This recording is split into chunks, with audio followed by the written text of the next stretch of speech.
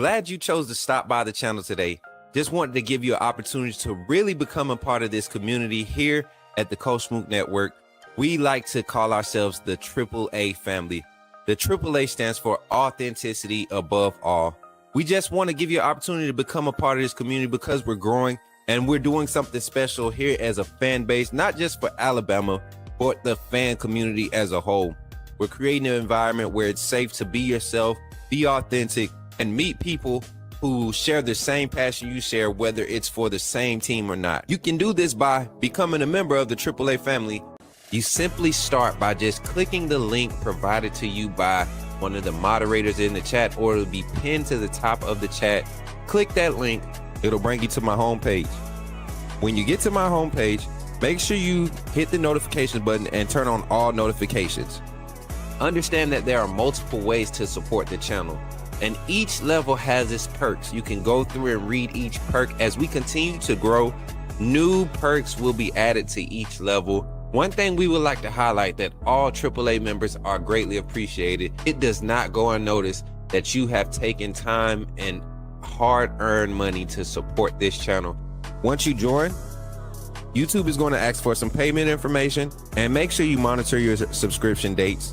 Also, if you really want to get interactive with the community and find out what's going on, think about joining our Discord family. This is where you can get into all the fan talk of the community, and also there are networking opportunities. Please be mindful that there are rules and that we expect everyone to treat everyone with respect. Also, if you're looking to partner with Coach Smook Network or sponsor, please hit us up at coachsmooknetwork@gmail.com, and our staff will get back to you in a timely manner. I'm your boy, Coach Smook of the Coach Smook Network, and I thank you for supporting this channel.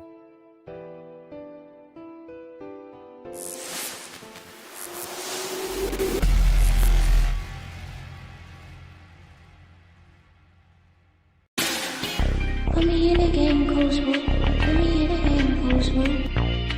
Like, share, subscribe. You know we keep it live. Put me in a game, Coach Smook. Put me in a game, Coach Smook. Put me in a game, Coach Smook. Put me in a game, Coach Smook. Put me in a game, Coach Smook. Put me in a game, Coach Smook. Put me in a game, Coach Smook. Put me in a game, Coach Smook. Like, share, subscribe. You know we keep it live.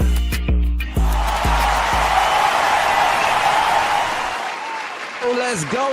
What's up, chat? I don't know what's going on. I'm lagging. Are we lagging? Are we lagging? It looks like we got a little lag. Man, I'm telling y'all, they gonna fix these this connection issue for me one day, man. What's good, everybody? Good to see y'all in the chat. Appreciate y'all for tapping in again. Give yourself a applause, man. Some applause. Oh man, it feels good to be back. Feels good to be back. We took a little hiatus. Not really a hiatus. We just had to refocus, reset some things, and get back to our motion in the ocean with the Coach Smook Network, man. We've been doing a lot of things, trying to make some adjustments. If y'all didn't know, I'm without my vehicle right now, so I'm limited on my movement. And then my secondary, my partner that was supposed to be moving around with us this month while we got everything situated, ended up having a accident. So transportation is limited right now while we get reset. That month away when we went to UHP was definitely beneficial because I haven't been as frustrated. It has been a little bit overwhelming, but I'm not frustrated. Just trusting God in the process, man, as we continue to finish this transition in our personal life, but also in this industry, man. We've been having so many meetings offline because of the demand of where people want the product to be at. So we're trying to get situated, trying to, level out, pull it in and level out so that we can continue to provide this great content that you all love so much. But with that being said, man, thank y'all for y'all support because it has been allowing us to do some special things. Hold on, y'all. Let me adjust this light real quick.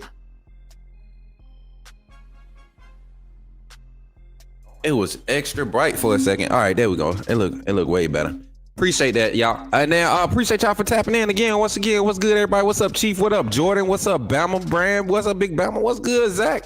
Good to see y'all. We got a little early crowd. I know everybody was expecting me to go live at 11, but that doesn't start until Monday. That's next. This upcoming Monday is when our morning show will start at 11 a.m. We will do the 8 o'clock. We'll do the 11 a.m. show. Then we'll do the 11 a.m. on the 11 a.m. Monday show. We'll do the call in. So that'll give everybody around their lunch hour time to call in on Monday. And then on Fridays we'll do the same thing, 11 a.m. and we'll do it 8 p.m. And then we'll do the post game call in show after every game. So after every game, this up until unless otherwise notify y'all, we're gonna be doing our post game calling show. What's up, Alec? Good to see you. Roll Tide in the chat, man. And welcome to this episode of the Coach Smook calling show, aka Chat with Coach Smook. I know y'all keep seeing y'all trying to figure out why we changed the names. Well, chatting with Coach Smook, it allows us to know that this is a call-in show, right? This is a scheduled call-in. So when you see the chatting with Coach Smook, that means we scheduled to have a call-in. If you see Coach Smook morning show, that means we're doing segmented. If you do the check-in with Coach Smook, that means we're going to have a guest. So we just trying to break it down and become a lot more organized with our presentation and everything. But good morning, everybody. Cool, man. Jack, I see you popping in. Sully, I see you popping in. Good to see everybody. Good morning, Urban Essence. Good to see everybody. Roll Tide in the chat, man. If y'all, Bama Nation in the chat, and y'all ready to see this team roll on tomorrow, we got an early game, man. So that means we get to wake up. We get to get all the extra stuff out the way. I won't be making a trip to T-Town tomorrow.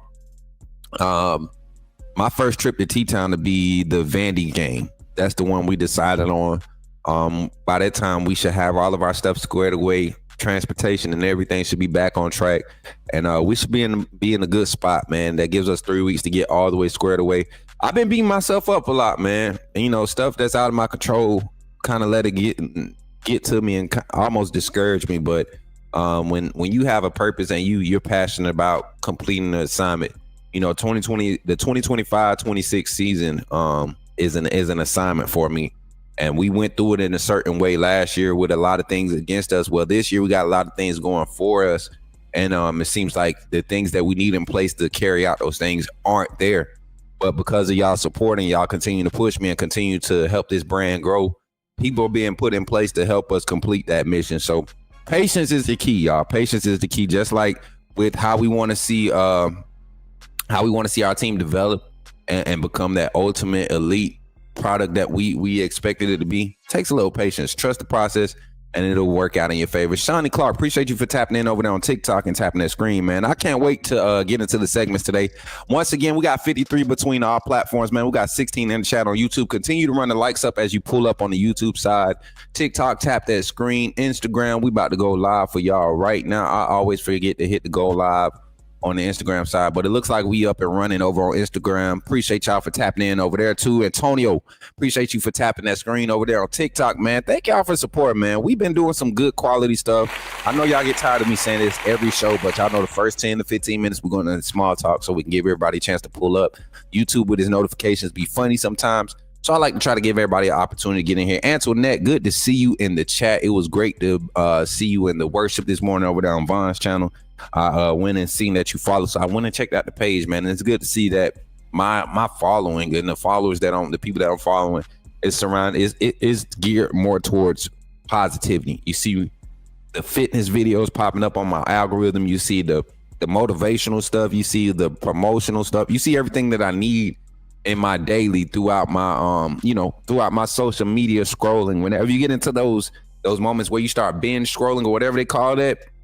Whatever they call it, when you binge scrolling, you want to be able to see some quality, positive stuff. It's so much and I ain't gonna say ignorant stuff, but it's so much ignorant stuff out there. It's easy to find something that's like what do they call it, brain mushy type stuff that they don't add to your life. It's a distraction, right? We got other positive people out here doing positive stuff that can really help you, you know. Got business owners out there putting out good information for wanting to be aspiring business owners, entrepreneurs who really at the bottom trying to get it out the mud like myself. You got people out there that's been through where you've been, what you've been through, and that can help you in a space where you need your help at. So surround yourself with the positive things, man. Good to see y'all for real. What's good, Angel? Good to see you. Roll Tide, my guy. And then Jordan said he gonna be up at 5:30 tomorrow. Yeah, the term is doom scrolling. Yes, that's the doom scrolling. That's what it's called. See, I'm getting old. I don't even know the new terminology for things. Appreciate the gifts over there on TikTok too. Antonio with the GGs and Antoinette with the rolls. Appreciate y'all for the gifts, man. Y'all showing that crazy love early this morning. But it's Friday, y'all, and the reason why I might seem a little bit not mellow, but I'm kind of ain't no kind of dialed in. I am dialed in. I'm dialed in because one, this is a big game for Bama. I know the team may not be the opponent or the hype that we may be wanting for this game, but that's more of a reason for this to be a big game. Shout out to my brother Vaughn for tapping in over there on TikTok. The reason I think this is a bigger game than Florida State or, the Georgia game after the bye week next week, I think this is the one that really kind of sets the momentum, sets it up for the rest of the season. Like if you could come out and put out a polished product once again, keep the penalties less than 10, keep it down to less than 10 penalties. We had 5 total penalties. Last game, 2 or 3 of those were questionable, right? Against ULM, and I think they could have been avoided, but 3 of them were football plays out of the 5. So bang plays. One of them being the hit on with Dre Kirkpatrick. That's a bang play. He tried to lead with his shoulder. Got to keep that head up. But small stuff like that, that's correctable. That's stuff that a player can learn from. They can see on film and be like, I did this, let me fix it if I want to continue to play. And when you have the mentality that this locker room has, we'll talk about that a little bit today, as all the reports have been coming out this week with the player interviews, with Ryan Williams being available this weekend, James Smith 100%, Jam Miller working his way back on the field, Jaden Roberts 100%. You got some key guys coming back, Tim Keenan working his way back on the field. Things like that are happening in succession. You can tell that guys want to be on the field. They're buying into what's happening. A win can change the mode of everything, but a loss can really make or break the identity of your team. And I think this team needed that early loss. Week 1, Alabama hasn't started 0-1 in over 20 years. I think that was 22, 23 years since Alabama has started 0-1.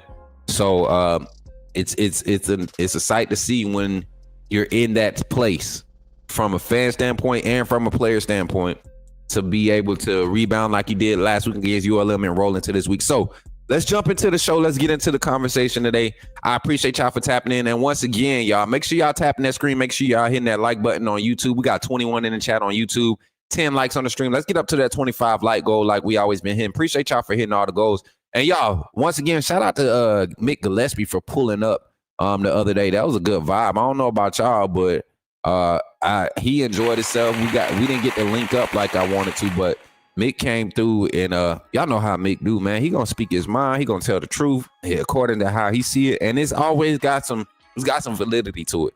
Whether it's different from my opinion or not, it's always got some validity to it. So we're gonna keep making sure we keep that connection with Clint and Mick Gillespie. And then we should be having Ryan Fowler come through, man. Ryan has been so busy. Y'all know 100.9. If you don't listen to a Tide 100.9, you're missing out on some good quality entertainment and coverage of the Alabama Crimson Tide, because he does such a great job. Henry Gillis, shout out to my family, man, for tapping in on Facebook. Uncle, hey, you can call in on the phone in about 20 minutes. We're going to open the phone line up in about 20, 25 minutes, chat. 8:45 will be when the phone line is open. So when y'all hear that phone line open up, make sure y'all tap in, call that number, give your thoughts on this Alabama versus Wisconsin game. Yes, this is a Alabama versus Wisconsin show. Now tonight, before we jump into the conversations, into the topics, tonight we will be having our call-in show. That's going to be the call-in show for all college football, SEC, anybody that's a college football fan and loves the entertainment and the type of vibes we bring with our call-in show. You want to talk, he'll talk. We got that coming up tonight, man. It's going to be a vibe. If you haven't tapped into the call-in show when we had these shows, you're missing out, man. You're missing out. You're cheating yourself out of some quality interaction and some good coverage, some informative coverage, not just whining and complaining and a bunch of emotions and people saying crazy stuff that don't make no sense, just because we got a platform to do. No, we actually talk some football. We talk a little trash, but we want to talk some quality. But tonight, We're gonna have the week 3 call-in show. Put me in the game, Coach Collins. So we got some big games to discuss. Mary J, if you could, I got it. But yeah, we got you got big games this weekend. Just looking at the thumbnail, y'all. USF Miami, Florida LSU, Vanderbilt South Carolina, Georgia Tennessee, Georgia Tech Clemson, Texas A&M and Notre Dame. Some big inter-conference matchups, some conference matchups, and then you also got some non-conference matchups that can really shape up this the playoff picture early on. You know, USF on a trend right now, getting a lot of hype, as they should be. They've been cleaning up their act over the past few years. You know, been doing it in recruiting and in the portal. They got a quarterback that they've been riding, you know, for about 3 years, and I think this is his 3rd season as a starter. And he's grown up and starting to lead that offense and showcase that Alex G offense, man. And it's gonna be something marvelous to see, man. It's gonna be something marvelous to see this Saturday, tomorrow, as some of these matchups happen and play out. But that's a crazy slate tomorrow, and we'll be doing watch parties for most part of the day, y'all. We'll be doing a watch party since I won't be going to campus. We'll be doing a watch party for the most part of the day. I plan on having a spread of snacks and things of that nature sitting over here so I could be in front of the camera for as long as we need tomorrow, because I feel like it's going to be a good day for college football. So with that being said, let's get into the show, man. I don't want to drag this on no much longer. I want to be able to get this phone line open, and hopefully we got some people ready to call in and talk to you, boy, this morning. I want to hear your thoughts about this Alabama versus Michigan game. So if y'all ready for it, somebody put in the chat, say, put me in the game. Coach Smook, put me in the game. I got you. You're talking about Jalen Milroe and the Pips? The perfect weak side linebacker, right? Put him next to the mic. Not going to take us a lot of time, but I want to say that I'm excited about what. Okay, forgive me, my brother. What's on your mind? Oh, I'm good. I'm just still sorry for all the other content creators now that we have this mega star back in our presence. Let's go, Bama Nation. All right, let's get into the conversation, man. I'm ready to talk about it because this is a game that I feel like is so much more important than what we're giving it credit for. A lot of people are looking at the fact that this Wisconsin team is beat up. They're coming in with a second string quarterback. They had to make a lot of switches on the offensive line. They're looking at just one side of the ball. They're looking at everything that the mainstream media is reporting, but I don't think we're paying attention to the makeup of this game. You know, when you have a team that's dealing with a lot of issues, like Wisconsin, what they're dealing with, a lot of injuries, backup quarterback, a guy that they're very confident in. They're not going to slow the game down because of not having their original starter available, which was I believe his name was Billy Edwards, was the original starter. They're not going to slow the game down because they don't have him. Danny O'Neal is a transfer, a guy that they believe in, a dual threat guy that they think can move the pocket. You know, they want to move the pocket with him in the pass situations. They feel like they can implement him in the run game. So it's going to be a test of tendencies, is what I want to call it, throughout this game. And this isn't an explosive offense by any means necessary. This is a team that most of their offense is going to come on their big plays, you know, and they're going to dial it up 6 or 7 times in the game. But they're not very efficient in that. The continuity up front hasn't allowed them to get in the passing game very well, and they don't have a rusher averaging over 4.5 yards a game. They have one, and that's the wide receiver, but a primary rusher. I think Dylan Jones is their leading rusher. Dylan Jones, let me look at the statistics. Dylan Jones is their leading rusher. He's got 24 carries for 109 yards this season. You look at the amount of carries that have gone throughout this offense. They have a similar style of offense that we have, except theirs is going to be more so 55% run, 45% pass. They want to try to be physical. They want to try to keep it in between the tackles. They don't have the speed on the outside to really be a vertical threat against most teams. So they really lean on their physicality, and the way you do that is in the run game. And if we was to take a consensus of the Alabama fan base and ask them where our weakness is on our defense, a lot of people would assume that it was in the run defense, right? A lot of people would assume that, but I would like to attack that. I like to attack that thought and not attack it. I like to counter that thought with this thought, man. What if our issue was missed tackles and not the actual schematics of the defense? I've been preaching this, and I've been saying this for 2 years now. This is our second season under Kane Womack. I truly believe that the 4-2-5, the style of defense that Kane Womack has, this defense designed around the basis of it, is designed to really contain the run when you have efficient tackling.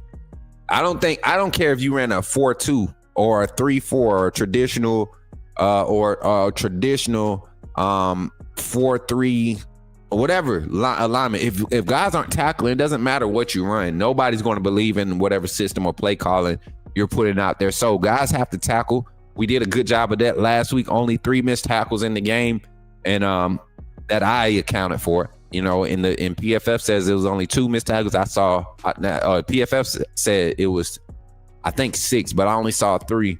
And if they're counting the guys that's like ganged up on and then falling off of tackles, then I could see that too. So you got better tackling out of last week's performance with the defense, and just overall more confidence on the offensive side. I believe even in the play calling, there was more confidence from Ryan Grubb. So those are just the overall things looking into this game I think fans need to be aware of.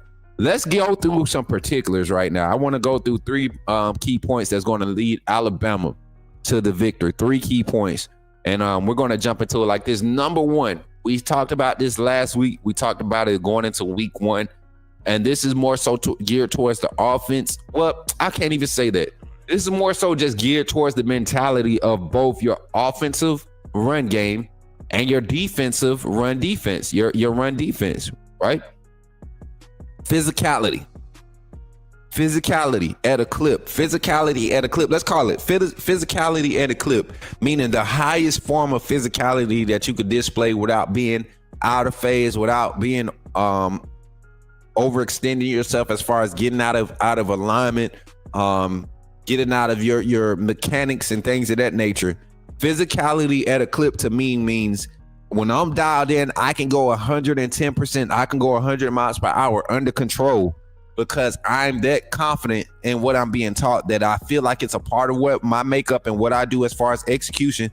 I don't have to think about how to do it. I just go and do it. And that allows me to be physical. It allows me to fill the run gaps from the second level, whether it's your linebackers or your safeties coming down to do run fits. Physicality has to be at a clip. Every time I'm going to fit, I have to be 100% sure that's the decision I'm making so I can fluidly do this. One thing that I think people take for granted is when you're playing at full speed, you're less likely to get injured. We've seen a lot of guys come hobbling off the field because they were standing around or trotting or things of that nature already this season.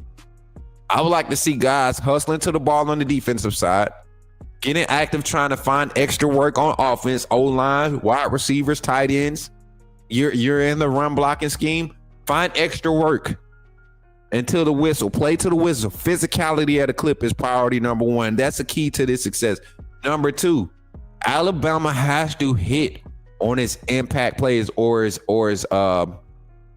target number of big plays, right? And when we say big plays, there's a magic number in Ryan Grubb's head going into a game. I don't think you fall less than 6 in any given game. But for a game like this against Wisconsin, a team that wants to slow the game down, probably going to their time of possession. If we don't get off the field on third down, time of possession start leaking into 6-7 minutes of drive before you're getting the ball back, right? That game can be a lot longer and a lot closer than what it should be. But if you're countering that with explosive scoring plays, meaning like Tua in that 2017, 2018 offense would do, the defense will go out there and be on the field for 4 minutes, and then the offense will come out and score in 57 seconds. If you have an offense that's able to score at that type of clip, then you can seize the momentum early. You can get the other team's offense out of character, trying to maintain a respectable gap, in order to slow the game back down. Because a lot of times teams come into it, if they come in with a game plan to slow the game down and they're not able to do that early on, the game speeds up the more plays you're into it.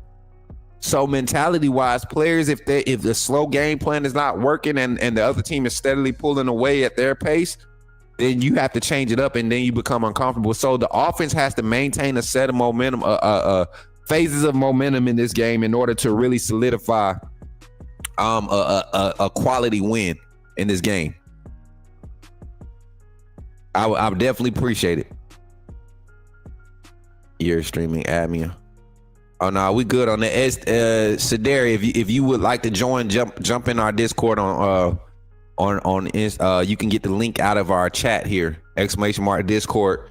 That's the way to join the Discord. You jump in there. That's how you stay in tune with all the content. T Boomer says 45-3 Bama. I'm feeling a strong game like that too, man. The weather's supposed to be nice. It's an early game. These boys are usually up, ready to practice. Their bodies are conditioned for this time of day.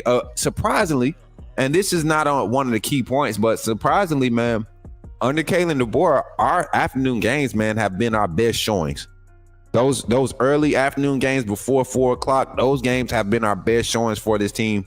Also, there's been a funny stat put out, and I want everybody to fact check it. They say when Kalen DeBoer wears the black Bama gear, he's undefeated. He's undefeated in the black Bama gear, but when he try to wear the crimson pullovers and the quarter zips and stuff, that's not him, man. He's a t-shirt guy. He's a chill guy. So yeah, we got to get Kalen DeBoer back in the black here. He coming with a new mentality. I wouldn't be mad if Kalen DeBoer brought out some new jerseys the way this thing is turning over. The new era is coming in, man. I wouldn't be mad if he bought in a black jersey. I wouldn't be mad if he bought in some off-white helmets. You get what I'm saying? Some OG Alabama block letter helmets. I wouldn't be mad. That was just a little bit off topic. But Angel said, am I doing live reaction? Yeah, that's the plan, man. We plan on coming live, being able for y'all to interact, open up the phone lines at halftime, get some 2-minute call-in thoughts and interact with y'all. That's the plan. We just need white helmets. Ooh, Ballot Sports Media. What's up, man? Checking in. He said 45-17 for his score prediction. All right, key point number 3, y'all. Key point number 3. Have to get pressure on the quarterback. Defensive dominance leads. It's all key to us. Like this week, pressure on the quarterback. Pressure on the quarterback this week could lead to 4 or 5 turnovers. I'm not playing. Danny O'Neal is not the most accurate quarterback, but they're confident in him managing this offense, right? At a high clip too. They don't care to test you deep much often. And that's the thing. They will run it. They will run it until you bring those safeties down, and then they will try their play action over top. This is not an elite offense, but they will execute at a high clip if you allow them to establish that physicality. So what's a way to get disruptive? First of all, we talked about physicality on both sides of the ball. Physicality, we talked about the offense gaining sustaining momentum or season momentum. Defense can create that, right? With early 3 and outs. This team wants to slow the game down. If they're going to be snapping the ball under 9 seconds every snap, that means at a minimum we could see drives averaging anywhere from 1 minute and 15 to 2 minutes and 30 seconds, right? So if you average that out, you give a team 3 possessions in a quarter, right? And they're only averaging anywhere between 1 minute and 15 to 2.5 minutes. They're 15-minute quarters, right? 12 minutes. That means your offense should be scoring at a clip of a minimum like 2.5, 3-minute drives. That means you're doing good, right? That means your offense is seasonal. So the defense giving your offense multiple possessions in a quarter, 3 to 4 possessions in a quarter, is a sign of defensive dominance, right? Not just what's happening to cause it, but just staying on that clip, staying on that pace of play, getting your offense out on the field, them going out there executing, scoring, getting points, and putting it back in the hands of your defense. You're talking about being able to see the rotational depth. And when you have games like this, you may not see a lot of guys rotating because the opposing offense is not able to sustain drives. I love games where the average plays per drive for the opponent, right, offensively, is sitting at 6, sitting at 7. I think the average play per drive against ULM, I think they were only averaging 4.9 plays. That's almost 5 plays a drive. That's quality defense. I don't care who you playing against. I don't care who you are. The defense being able to do that at a consistent clip is going to be the sign of defensive dominance. How does it look though on the field? Let's look at it. Wisconsin is going to average, dropbacks per game they're only going to drop back, 25 to 28 times a game to pass the ball, right? And a lot of these passes that they're completing, their average yards per attempt is only 8 yards per attempt. So a lot of underneath game being thrown out there. You're talking about a quarterback that's played in 2 games, 1.5 games, and one of them was against a inferior opponent. Let me go back to their stats from the last 2 games. You're talking about their best game was against Middle Tennessee State, and that's when the quarterback goes off for 280 yards, but you still didn't have like an explosive receiver. A lot of those passes were just outmatching. You got Middle Tennessee State, a non-power 5, right? A group of 5 school, a non-power 4. I keep saying power 5. It used to be power 5, but now it's power 4. A group of 5 school that's just looking to collect their check. They had them at home. You expect them to go out and be able to outman an opponent like that. But you come into an opponent like Alabama, the offense is going to have to make decisions a lot quicker. Danny O'Neal is going to have to make decisions a lot quicker than he has the last 2 weeks. And how does that look for him? Is he able to do so? Our defense has a chance to capitalize on it. We've seen an offense that can be explosive in Florida State. We've seen a quarterback that can get loose and use his legs to get active. We've seen how important it is to tackle. So pressure's on the quarterback. If we getting 20 plus dropbacks, I should see another 7 plus, 8 plus pressures on the quarterback this game, just like we did against ULM. A lot of people like, where the sacks at? Well, sometimes you don't get sacks when the quarterback's dumping it off behind the line of scrimmage and you're getting tackles behind the line of scrimmage. Those are tackles for losses. I'll take those as sacks too. The clock's still running. You lost yards, right? The clock is still running. You still lost yards. You handing the ball off. Guys are getting tackles in 2 yards, 3 yards behind the line of scrimmage. That, to me, that's just as effective as a sack. You're putting them behind the sticks. You're getting them off their pace of play calling. That's what it looks like. And then on the back end of things, the discipline to stay in phase, the discipline to stay home until the ball is handed off. That's going to be a hard thing for this aggressive group of safeties to do. I've seen Keon Sabb, Drake Kirkpatrick, Bray Hubbard. Those 3 have been flying downhill to run fit. You've even seen Bray Hubbard get walked down at basically at the linebacker position, at the weak side linebacker position, and played. You've been kind of seeing this defense turn into a 4-3-4 almost with the alignment, but with base nickel 4-2-5 personnel. You don't see 2 true defensive ends on that field. You see the same personnel, just the alignment is different. Still got 5 DBs in your major base personnel. Everything is still the same. Just alignment has been adjusted to the liking of what we're facing against. So I like to see things like that. And in order for the defense to be dominant, it starts with finishing the play, finishing the tackle. Attacking, putting pressure on the quarterback, and finish the plays. All right. So those are the 3 keys. Now, let's look at some matchups. I want to highlight matchups. Mary J, if you could put matchups on the screen for me, I want to highlight some matchups real quick. Key matchups that I'm looking at. I'm looking at Alabama left tackle, Caden Proctor. Alabama left tackle, Caden Proctor versus one of Wisconsin's. And I think they have 2 solid pass rushers. For this front that can really create some problems for our defense, for our offensive front. All right, I like the interior guy, JVR Suggs, the guy 6'3", 300 pounds, an interior pass rush threat, not just a clogger, but a pass rush threat from the interior. And for us, our strength, to me, is our interior on the offensive line. So I'm looking at that matchup where one of their strengths matched it up with one of our strengths, right?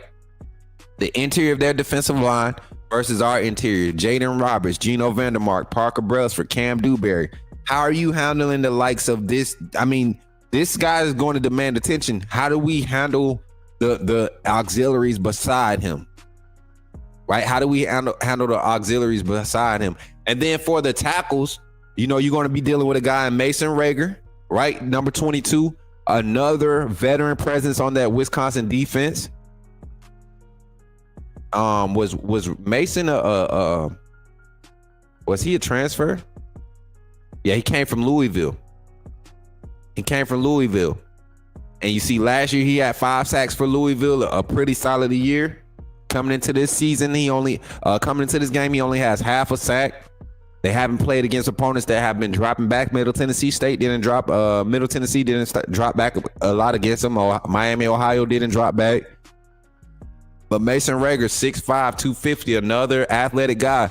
This is the same type of player that gave Wilkin Formby and Caden Proctor problems. You know, Wilkin Formby struggling in that USF game against a guy that's similar to the skill set.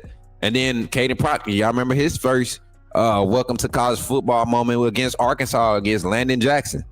You know, this guy, Landon Jackson, start to get first round draft prospect grades because of Caden Proctor, that game against Caden Proctor in Alabama with Arkansas. So this is an opportunity for our offensive line to solidify itself with 2 guys on that front that can really get pressure on the quarterback, that can get a push, effective in tackling, right? And you're going to see it. You're going to see it if we don't execute. So I'm looking for across the offensive line, the interior versus what's the young man's name? I just said it. Daryl. I want to say his name is Daryl. Let me go back to the roster. My bad, y'all. I lost the page. Defensive. Where'd he go? Javier Suggs. I call that man Daryl. I'm thinking about Peterson from last week. But Javier Suggs, him, and then like I said, Mason Rager, their linebacker coming off the edge. He's going to be that's going to be matchups that I see. Our tackles, I really think they're going to probably try Mason over Wilkin a lot more than they will Caden. And I like that matchup more so than I like it against Caden. I think Wilkin is a lot better on his feet. He's a lot more mobile and pass pro as far as getting into his kick slide. It's just his confidence is where I want to see some more consistent. And then Caden, he just has to be consistent. He'll block good 1 play and then go bad 3 plays. So we got to see some consistency across front. Another key matchup is our defensive line, across the whole defensive line versus their offensive line. You're talking about the offensive line. There's not with their starting center. The only person that's in their original spot from game 1 is their left guard. Everybody else has changed, been moved around. So I'm looking for that matchup, that to be our advantage in the matchup. Guys like LT Overton, James Smith, Steve Bowler, I expect to see a lot of playing time. We saw Landon Simmons, the freshman, be active and disruptive in his start last week, right? Asai Faga, another rotational guy that's going to be utilized because of the injuries to the D-line. A lot of young guys having the opportunity to be impact players, but guys to finish in the backfield, to be explosive and to be like the guys, James Smith, LT Overton. I look for Kelby Collins to get some opportunities this week too. Been following practice this week, getting some reports from practice. And no, we haven't been doing post-practice reports because in the season, it's certain things that I just want to wait and save for this show or the kickoff show, right? We haven't been doing as many post-practice coverages, right? It's usually just rollover stuff, injury news and things you expect to hear from the players. You're hearing it, right? But I think Kelby Collins is going to have an opportunity to go big this year. Jordan Renard, Edric Hill this week. Those guys in that D-line rotation, because you're seeing guys float from the interior to the bandit position. Bandit, D tackle, and nose tackle. Those 3 positions in this defense are sort of interchangeable with the personnel.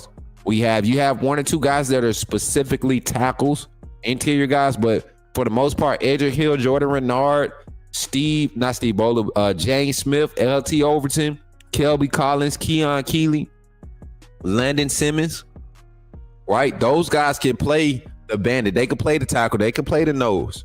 They can give you a light pass rush set. They can be a part of your pass heavy rush run containment set. Like, they can be that for you. That's the versatility of our personnel up front. So I'm looking for that versatility to outweigh what Wisconsin is trying to figure out. And the best way for Wisconsin to beat it is to be simple. How simple can they be, though, without being put in such a box that they're suffocated? And when they look up, they're down by 38, before they could make a change. Our defensive front has to force that type of situation by being disruptive and finish plays in the background. The backfield. What's good, Samuel? Good to see you in the chat. Roll Tide. Let's go, Coach Smook and everyone up in here. You think we should at least try and get TK in this game, Coach? I don't think so. And then my guy, big homie on the other side of the over there on TikTok says, O'Neal like to throw in the double coverage too. Yeah, he's definitely a risky guy. But that's the thing. I think this game, I don't think the Wisconsin staff is going to give him opportunities. This is a team that feels like in their conference, Wisconsin feels like in their conference, they could come away with a 5-3, 4-4 type of conference record, right? And if they can minimize, they can keep their out of conference loss to just Alabama, and they go in their conference and they win, and they go. Let's say they go 6-2. Let's say they go 6-2. Wisconsin can find themselves on one of the first teams out as far as a playoff contender. With 2 losses in their conference, they could be going for that conference championship with 2 losses in their conference. Wisconsin feels like they're that type of team. Defensively, they're very confident. Offensively is where they feel like they got to right the ship and get something going so they can get onto a winning type of path. But with all the injuries they have, it's going to be hard.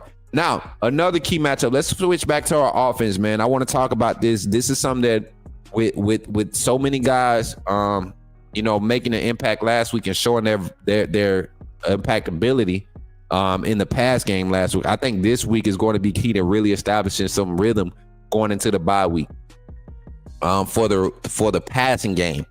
Alabama's passing game versus Wisconsin's passing defense.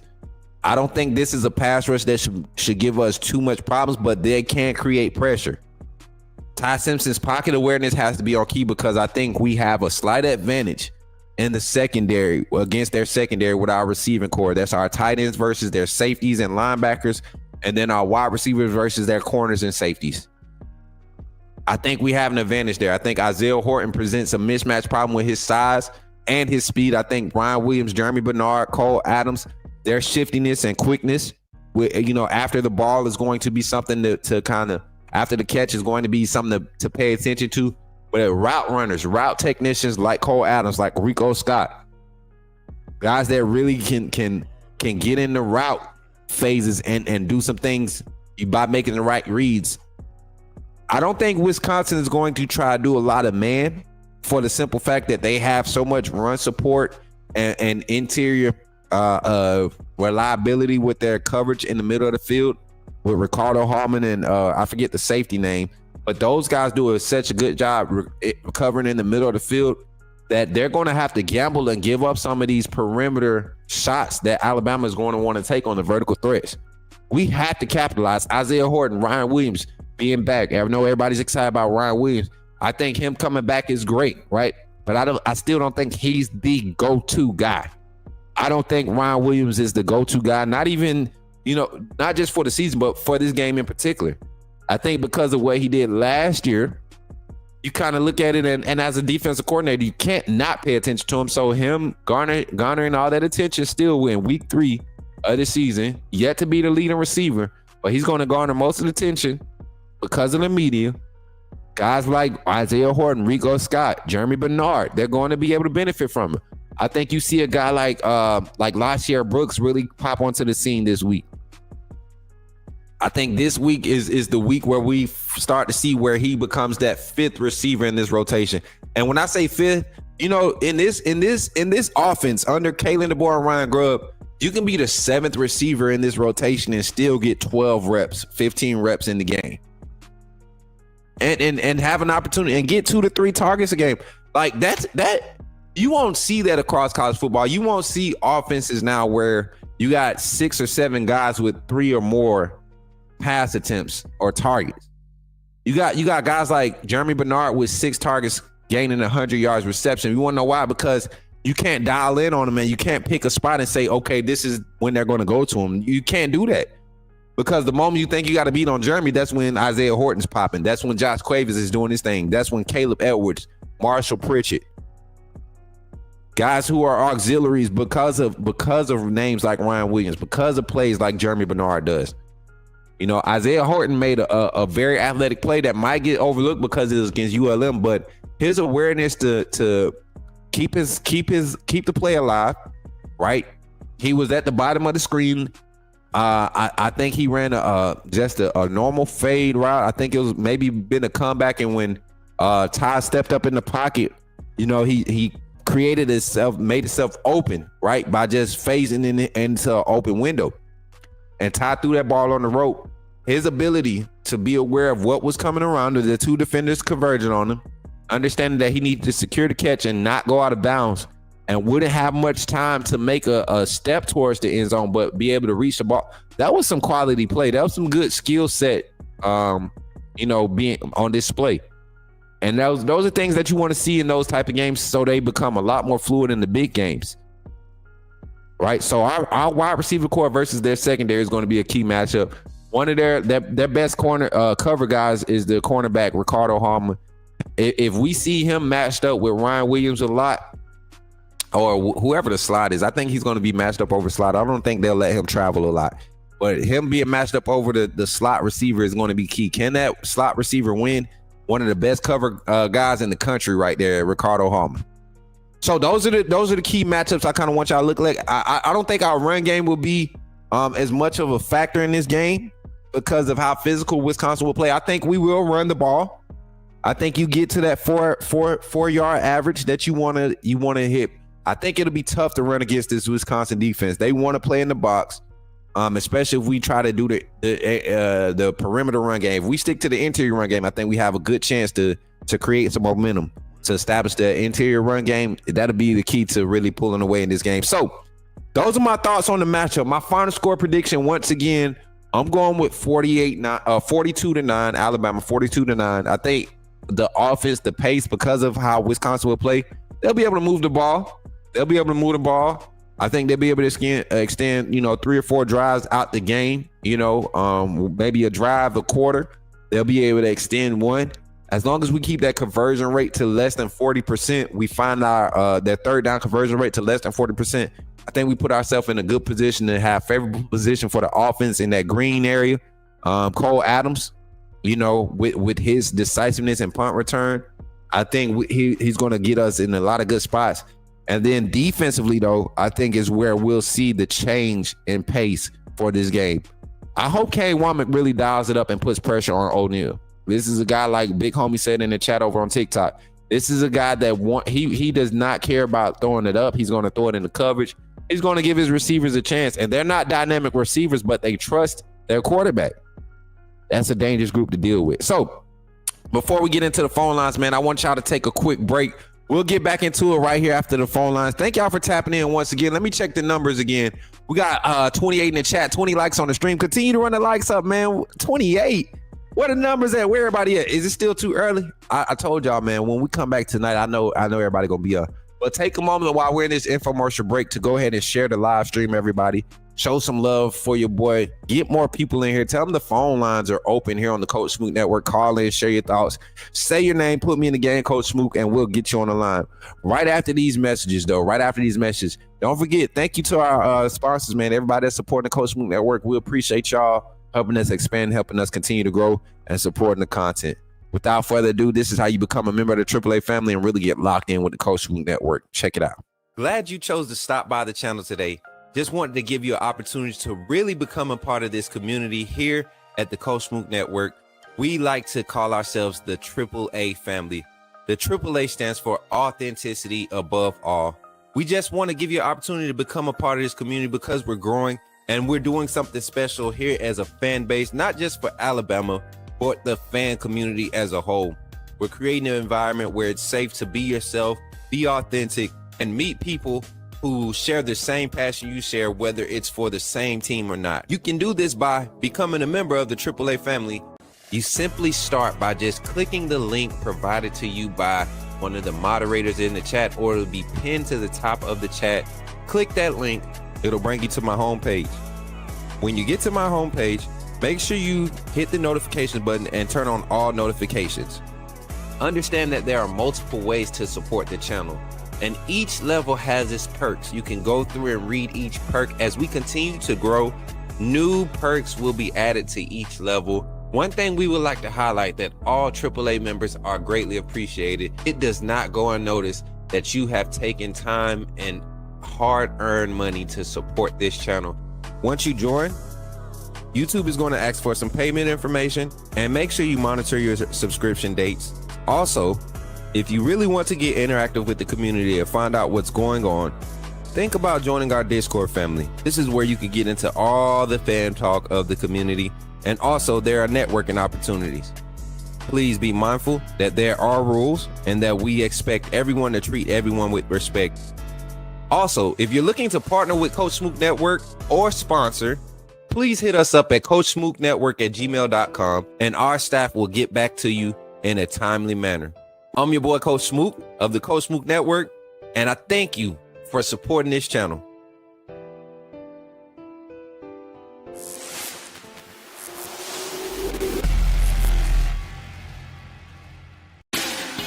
Put me in a game, Coach Smook. Put me in a game, Coach Smook. Like, share, subscribe. You know we keep it live. Put me in a game, Coach Smook. Put me in a game, Coach Smook.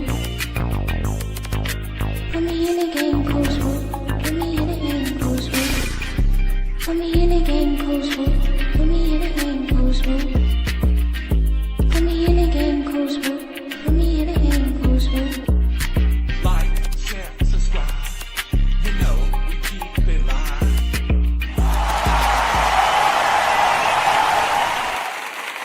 All right, y'all, let's get into it. What y'all got going this morning? Listen, we got the phone line over 334-625-1121. Go ahead and call in, say your name, and share your thoughts, man. Share your thoughts. Alabama versus Wisconsin. We want to get into it and have a little combo about it, man, because we got some doubters, man. We still got some doubters on social media. And speaking of that, man, we're going to get on Twitter. If y'all haven't, man, if y'all not on Twitter, y'all need to get on that mug. That's where all the action is. That's where all the fun is. We got our first call on the line. Check it out. Call from Zach Willie. To accept, press 1. To send a voicemail, press 2. Yo, Zach, what's up, man? You in the game? Talk to me, chat. We got Zach in the game. What's good, Coach Smook and AAA family? How are y'all today? Man, you know what time it is, Zach. Oh, yeah. Oh, yeah. Oh, yeah.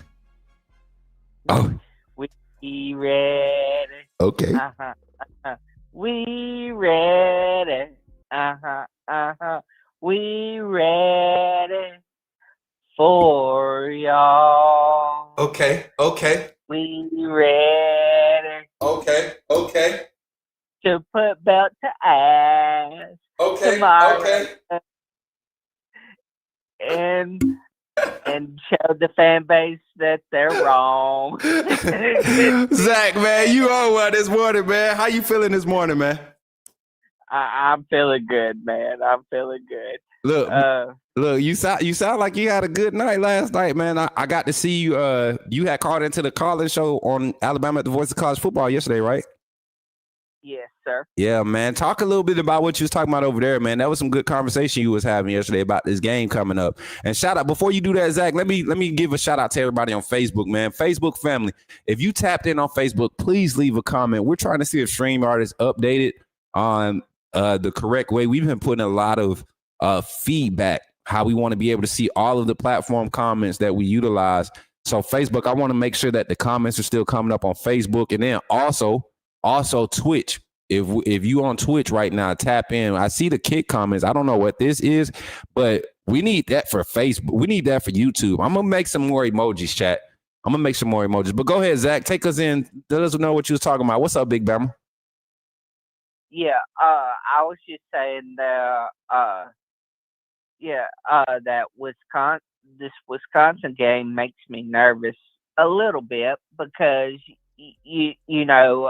going into it, the offense this year is different from last year. So we can watch last year's Wisconsin footage and come up with a game plan.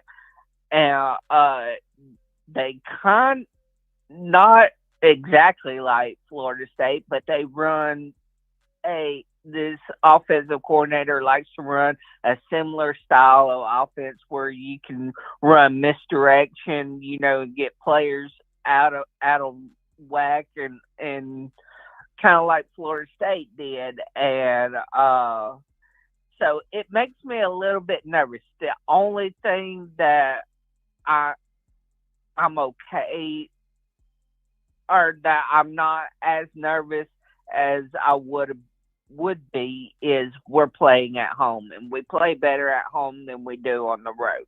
If it was a road game, I'd be a little more nervous, but since we're playing at home, I'm not as nervous. I'm still nervous about the game, and I hope that our defense comes out and just doesn't hesitate, but plays aggressive. And I understand. And yes, sometimes you can be over aggressive and run yourself out of the play, but I think we're going to win this game because I don't think Wisconsin will be able to put enough plays together to beat our defense, and I think our offense will be able to do enough against their defense. Even though they do have a good defense, I think we're going to be able to do enough in the run game and enough in the passing game to win. And I'm looking at like a 35-14 game or 28-10 kind of game. I think it's going to be one of those struggle games in the beginning. We kind of pull away late, but I think we'll get it done. 100%. Hey, shout out to my guy Mook, man. Mook, appreciate you for tapping in over there on Twitch. Zach, I'm gonna have to disagree with you this week, man. I think the Florida State game really woke our boys up. I really do, and I'm saying this because we could have saw a drop off in the third quarter of that ULM game. We could have saw this team, kind of put it in the bag and kind of hang it up. You up 52-0 going into the fourth quarter. It's hard to keep some young guys focused, keep a young team focused. And I would have got worried if they would have if they would have allowed ULM to all of a sudden start moving the ball. I don't care if it is the second string D line. I don't care if it's the third string offensive line. And I wanted to see consistency in production throughout each quarter. And I think the lowest scoring quarter was the second quarter. The lowest scoring quarter in the game was the second quarter. So I'm feeling a little different. With this being the home game, like you said, this one feels a little bit more anticipated because of the opponent.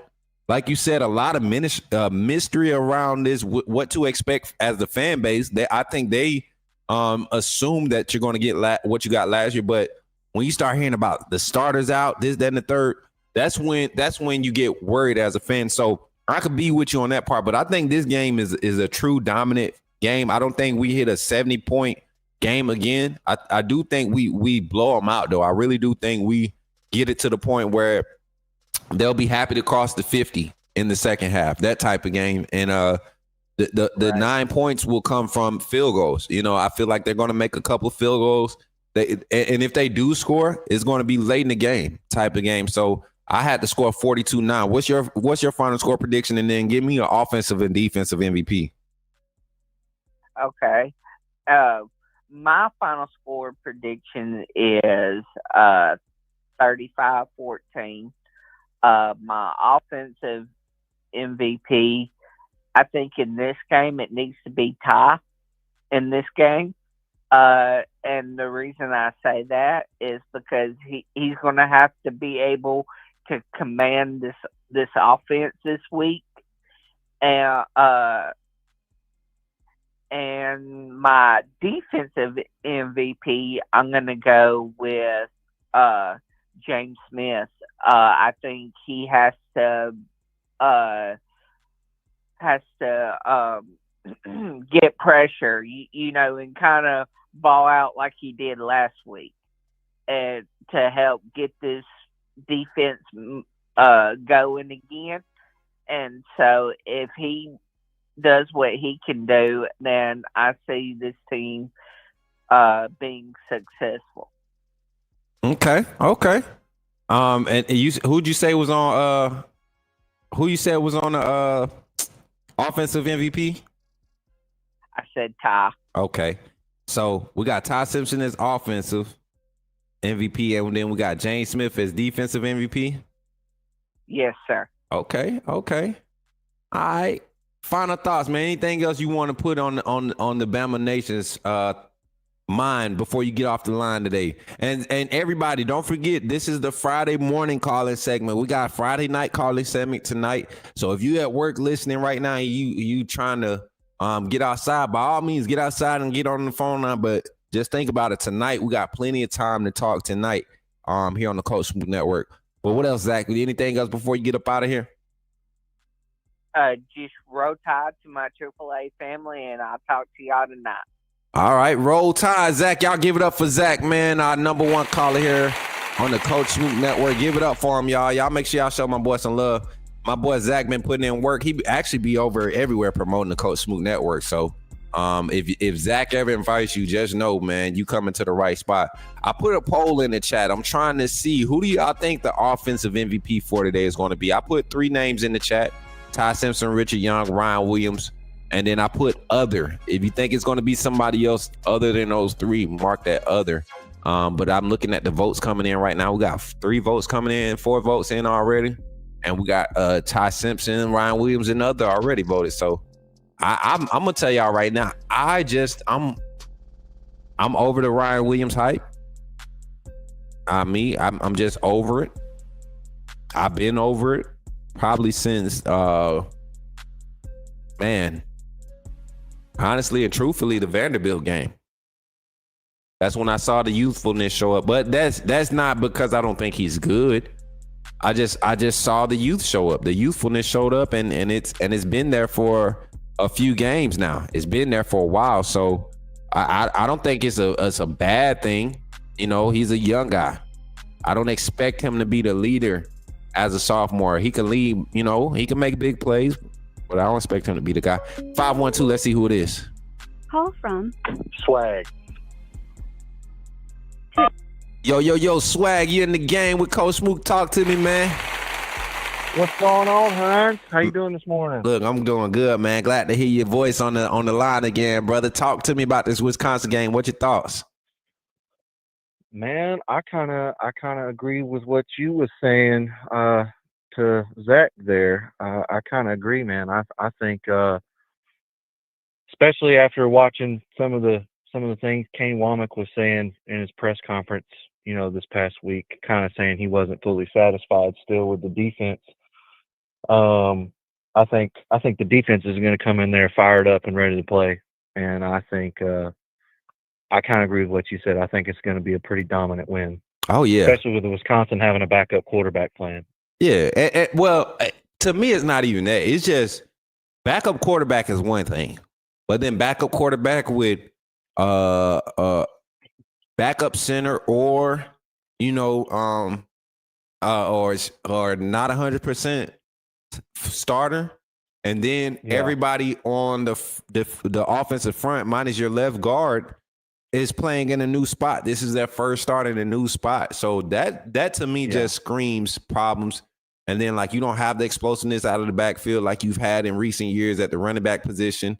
You got a solid group of running backs, but nobody explosive or has emerged as the explosive back. And then defensively, man, is their only hope. But how long can you last with this high-powered offense? This offense before Ty Simpson sat down could have put up 63 before Ty Simpson got set down. So yeah, for sure, man. Yeah, I think it's going to be a pretty dominant win. What's your score prediction and your MVPs, and tell me why you're coming up with that score prediction? So I like I said, I think the defense is going to come out fired up. I actually think Alabama's going to pitch another shutout. I got 38-0 is what I got. Okay, 38-0, chat. Y'all hear it? My boy Swag said 38-0.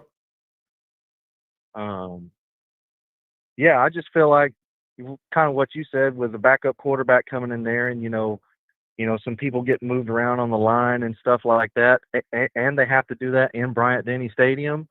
Like, I think that's going to cause a lot of problems for them, and I just don't see, them being able to string many drives together. I think they may have an opportunity to score at some point in the game, either, missing a field goal or trying to go for it on a 4th down, and maybe on like a 4th and goal or something like that. Yeah. And I think the defense makes a stand, and I think defense is gonna play hungry. My offensive MVP, I don't know, man. I think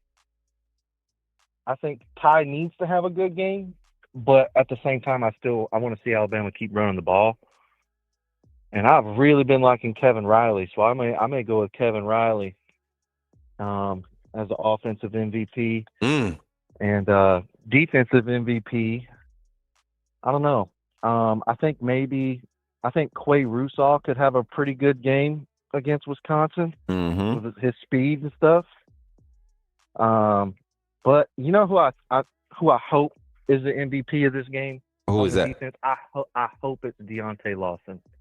You know what? Go ahead. I think I know where you're going with it. Go ahead with that. That's a good one. I'm gonna give you a siren for that one. Let's hear this one. Like, I hope it's Deontay Lawson. He's been in that system. Well, not in Kane Womack's system, but he's been in the program longer than anybody on the defense, I think. This is his 5th year in Alabama. Yeah, he's been in college football and played every year, from his freshman time all the way to now. So plenty of snaps. So like, he has the experience. He hasn't played to his fullest potential this year. So I hope that it's Deontay Lawson, and I hope we get to see him play to his fullest potential, because when he does, he's great. Yeah. So I hope he's great in this game, and I hope he ends up being the defensive MVP. But I think Lawson can end up being the guy if he's limited as far as what we're asking him to do. If you got him out there 50+ snaps again, I don't think he's effective. Last game, he looked good. I think he played 27, 26 snaps last game, right? Yeah. And I understand we play ULM, but I think that's a solid game for Lawson. If you have to have your first team defense out there for 60+ snaps again, 20 snaps to Lawson with the type of rotation and the type of energy we saw from the inside linebacker group last week. Justin Jefferson played way better, played a lot more fluid. Yeah. And I mean, his tackling, I'm still not 100% there with, how aggressive he is or how physical he is, but he was in the right spots the whole game last week. Not one time did I find him out of position. And then secondly, Nakai Hill-Green, man, he's showcasing why he was such a highly touted guy in the portal, man. Last week, he just played loose. You saw him play fast. He's physical. He doesn't mind run fitting and can tackle very well. He showcased that last week. So you didn't see a lot of high tackle numbers from this defense because of the tackling efficiency, meaning more guys than one is getting to the ball, which is a good sign for your defense. A guy like Deontay Lawson should be able to kind of be with the spotlight on him a lot of times. He should be able to be effective in his moments where it's his opportunity with games like last week. So I agree with you. I think if I had to want a guy to have a big game to give me confidence going throughout the rest of the season, I'm going with Deontay Lawson too. That's a good pick, man. That's a good one. Yeah. Well, what do you think? What do you think about? What do you think about, some of the things Kane Womack was saying in his press conferences? Because I kind of liked a lot of the stuff he was saying. What do you think about it? I think the fact that he's standing on this basis of not giving the media energy, that's what I think he's at. So many people have already written Kane Womack off. You had fans after a defensive coordinator pitch a shutout, his second shutout in how many games at Alabama? Right. You know what I'm saying? Saban's second, his first shutout came, I want to say, middle of the second season. And he had Kirby Smart, So this is Kane Womack's second shutout in 2 seasons. I believe the Missouri game was the 9th game or the 8th game of last season. So you're talking about in the last 9 games, 7 games, something like that. You've pitched 2 shutouts. Yeah. I don't care who the opponent is, man. Shutouts to go. First of all, let's talk about throwing perfect. Go ahead. Go ahead, bro. I was just gonna say, I think with Kane Womack's style of defense, typically he's usually more aggressive than we saw maybe in week 1. Yeah. But his style of defense, he needs help from the offense too, right? Yes. So if you go back to last year, people calling for Kane Womack to get fired, to me that's stupid. Because he had a top 10 defense last year in the country and not a ton of help from the offense. Come on now. And everybody be like, everybody complain about the offense and be like, but then when you talk about the defensive debate not being as effective, well, guess what? When the defense is out there playing 68, 74 snaps, that's tough. And at that point in time, you don't have the confidence and depth of rotation because this is your first year. You don't have no continuity with these players. You got to go with what you go with. Whatever's showing up in practice, that's what you're comfortable with putting out. You don't know guys' limits or who can show up in a game where you're tied 17 at half is not a time to start experimenting, right? You don't have that luxury in those moments. So I think for what he had to do last year, this group had to grow along with the team. And the offensive, inconsistencies definitely played a huge part. Even this year, game 1, you saw the offense go out and a lot of drives got stalled or we didn't convert enough third downs to give the defense those extra 2 or 3 plays to really adjust. And when they did have time to adjust, they came out effective. So I'm right there along with you with those assessments. I think, though, defensively, the key is going – you said Quay Roussard, Deontay Lawson. I think the guys behind those guys, Yanzi Pierre. Yeah, they got to play good. They got to play good because I feel like that's where a lot of the reps are going to go. We're going to see more opportunities for Yanzi Pierre than we will see for Quay.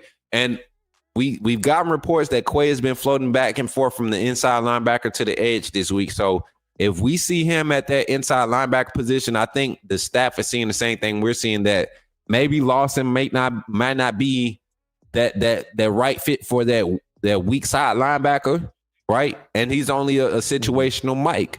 And that's okay. That's okay. Be a situational Mike. Situational Mikes, they're hybrids in the NFL. You get those guys, they go in, they could be pass rushers, they could be Mike linebackers, they could be your hybrid strong safety for your run fits. That's what Lawson's skill set is when he's 100%. So I like the assessments, man. I like where you're coming from. But somebody's got to be a leader, step up and be a leader in that linebacker room. Facts. And you know what? I honestly think is guys like Nakai Hill-Green, is guys like Justin Jefferson that should already have that confidence. Now, Deontay Lawson may be the most veteran presence there with the, rocking that script A, but he is not the most vocal guy.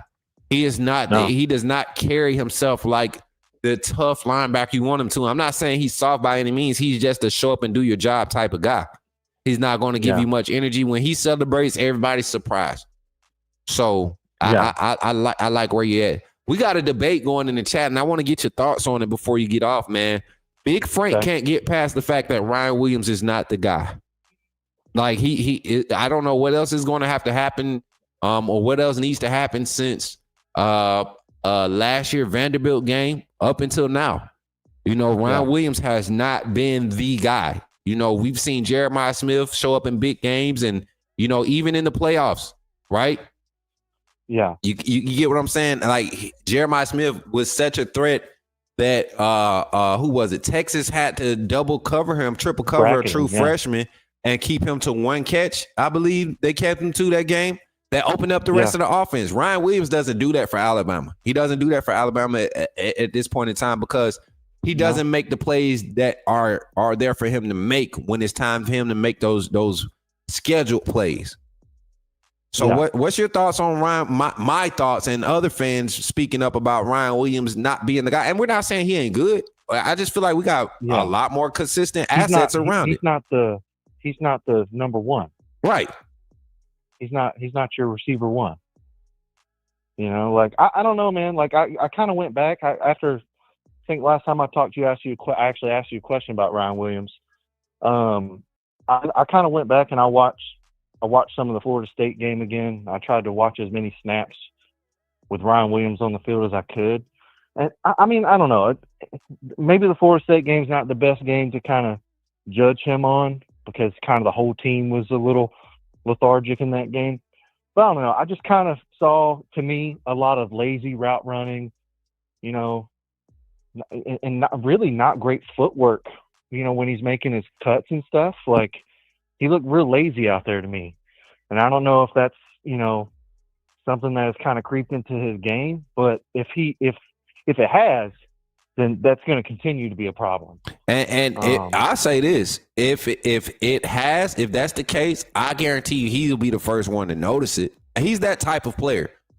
He's that type of player, and that's what you expect from. What's up, Big Bama? Good to see you in the chat, man. But I'm telling you, Big Frank, you jump into all these and you're asking why I'm highlighting it, because this has been a conversation that a lot of platforms are scared to have. It's like if somebody says something negative about Ryan Williams, they're all of a sudden a hater. Why? Why? He's a 18-year-old sophomore. He should be given the grace to be judged and make these mistakes. Like, that's crazy. Yeah. You know, and then people talking about like this guy, Roe BTV, Ryan Williams hate is crazy. Last year, everybody was praising him. One bad game, now he not good. I'm not everybody, brother. You ain't been around these parts much very long. If you think I've been the one, like I didn't think he was the number one go-to guy last year. I think we heavily underutilized Kendrick Law on that offense. The way we ran the ball, there is no reason why Kendrick Law shouldn't have been utilized in the jet sweeps. I don't care what his attitude was. You're talking about skill sets and utilizing what's available. Last year, after the Georgia game, name me a moment where Ryan Williams was a factor the rest of the season. Yeah, he wasn't.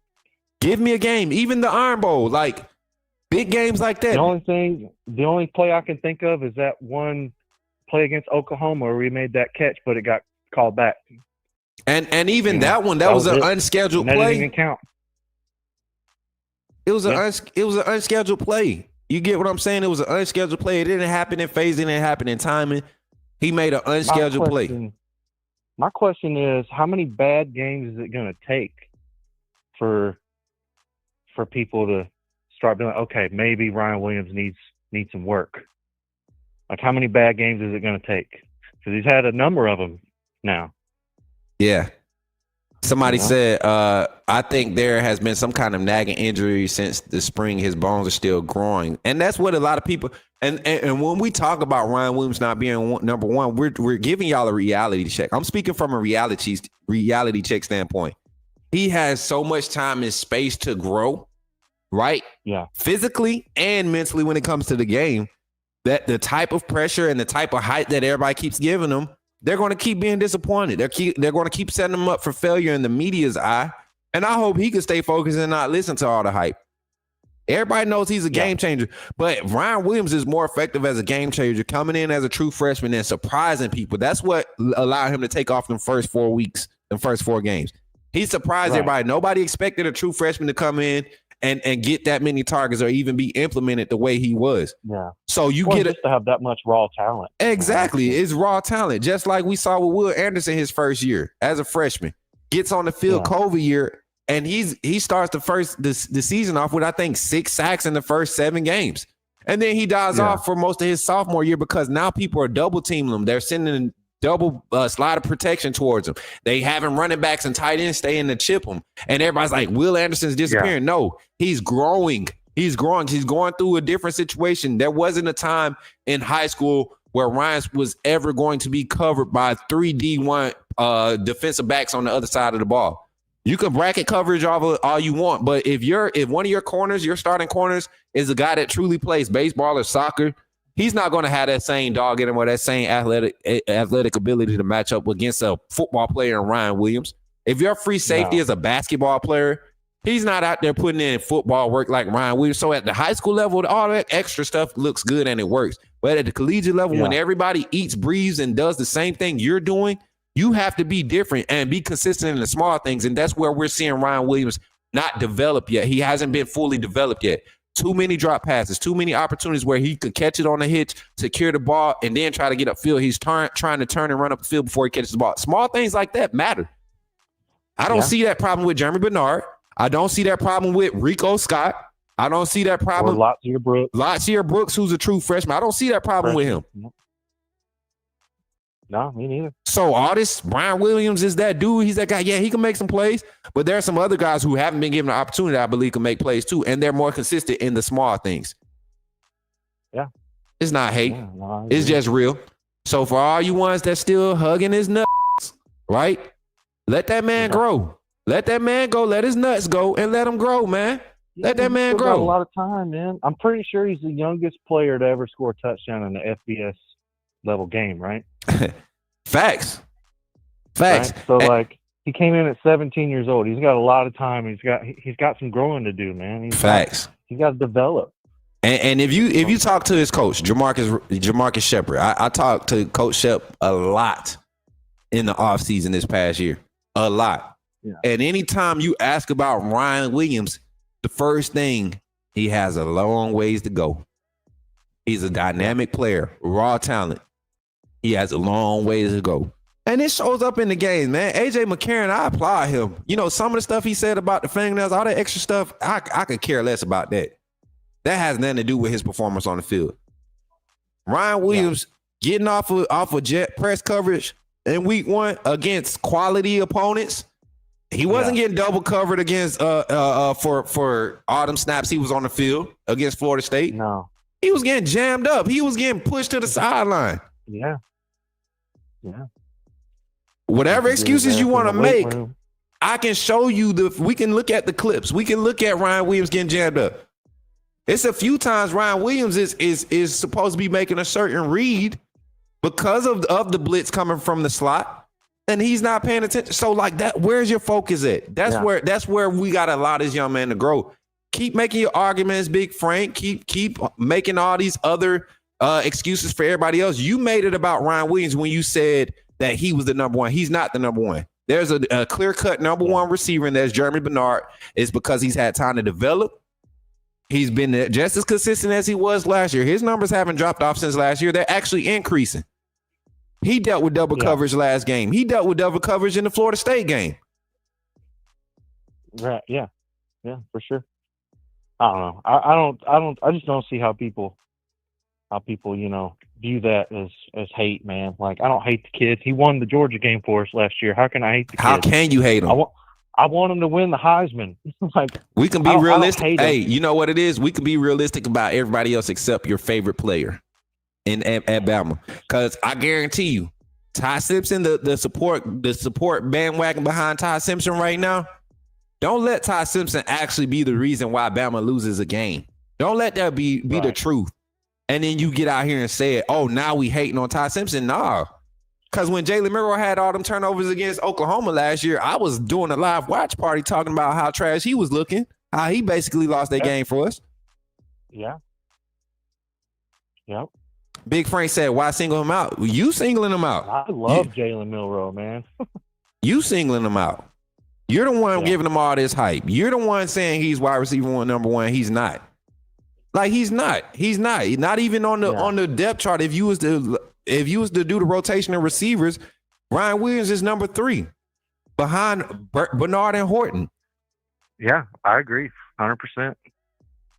100%. If I'm looking at a passing game to design my passing game around, I'm not making Ryan Williams because of what he can do.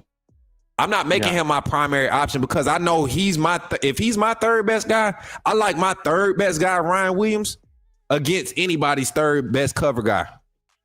Oh yeah.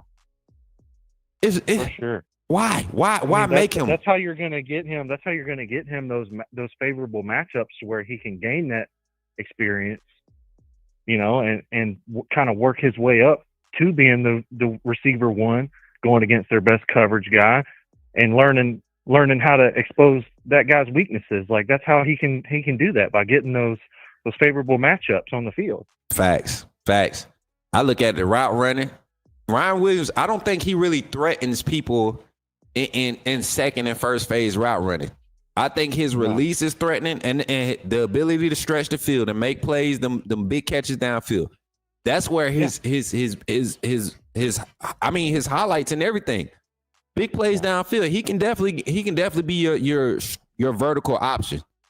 Always. I don't think Ryan Williams, in my opinion, I don't think Ryan Williams will ever necessarily be that true number one option. I think he's going to be a guy that's always going to be really good at making plays in space.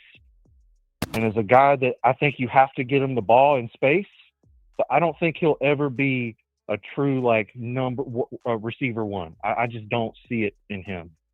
Like, that's just my opinion. Maybe you can be one of the most explosive players on the offensive side. Devin Hester was an explosive player. Yeah. Was he not? He was one of the most. What about Darren Sproles? Darren Sproles, one of the most explosive players in. We're talking about college. I'm talking about collegiate time. You had so many explosive players that could do special things, right? Shoot, hell, we had one in Marquise Mays.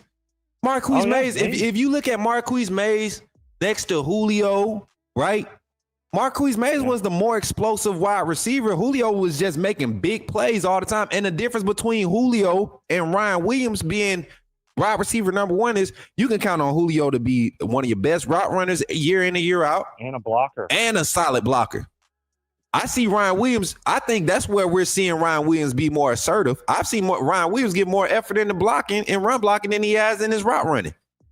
Yeah. And that goes to show you he saw where his weakness was last year. Now this year he comes in, he's real active in the run blocking, downfield blocking, getting extra work. So I just want your thoughts on that, Swag. I'm gonna open the phone line. I want Big Frank talking about some clickbait. Clickbait. The only way somebody would know that I'm talking about Ryan Williams. Swag, I appreciate you for calling in, man. Let me roast Big Frank real quick. Sure. This crybaby fan real quick. Roll Tide, my boy. Roll Tide, man. Roll Tide. All right, brother. Y'all give it up for Swag calling in, speaking some facts. Big Frank, I'm on your head, boy. This man keep asking me about why I'm talking about Ryan Williams, why I'm singling him out. You keep coming in. That's the only thing you talk about. Ryan Williams was hurt last week, and you talking about some Ryan Williams this. We need Ryan Williams to be explosive in the pass offense. And we go out and we watch Ty Simpson throw 17 for 17. No drop passes, might I add. No drop passes this past week. And we made contested catches this week, right? We made contested catches this week. We made catches and got upfield. Everything that was caught wasn't in the end zone. So you got to you keep talking about him. You keep talking about him, Big Frank. And the funny thing is you get mad because I'm telling you the truth. This staff don't even look at Ryan Williams as their wide receiver option number one. I guarantee you by the end of the season, fully healthy and everything, he will not be the highest targeted receiver. I told y'all coming into the season, I didn't think Ryan Williams would be a 1K guy because of all the wide receiver assets around him. It would not make sense to go and dial up your offense to target him 30 times, 10, 15 times a game when you got Isaiah Horton, Jeremy Bernard, Rico Scott, Cole Adams.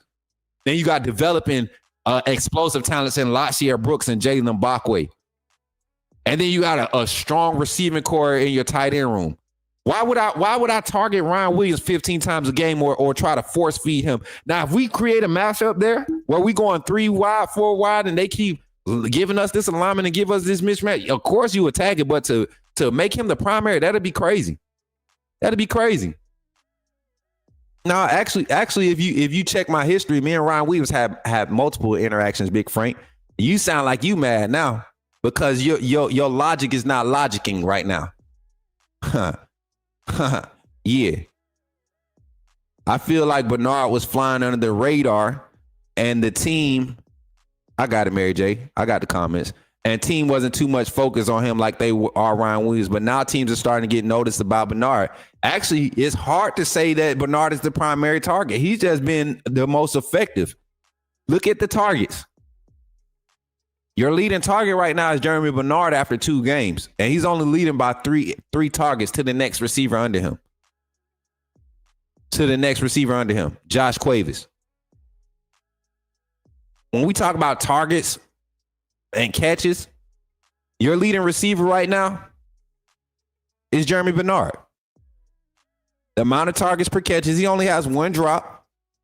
He only has one drop this season. It was on the underthrown ball. Right? Facts, Sam. We keep forgetting about Jalen. Hell, I ain't forgot about him. I think he's going to make an impact, in the coming weeks, too, when it comes to conference play. I'm just saying, we got more than Ryan Williams, Frank. Get his out your mouth, man. We got more than Ryan Williams. That's all I like to say. And I ain't hating. I just get tired of the fans that we need Ryan. I even watched David Pollack. Talk about Alabama's offense. Ryan Williams being being the most explosive receiver to this point in the season. Lets me know you haven't watched the Bama game. You saw Bama lose to Florida State. You saw us beat ULM, and you didn't watch it. You didn't watch either game. You're just going off the hype because Ryan Williams, like you said, Big Frank, is a name grabber, right? It's an attention grabber. That's what you're going off of last season. But if you watch this game, man, Ty Simpson's first look is not Ryan Williams. And I like that. I like that he's not dependent on one guy.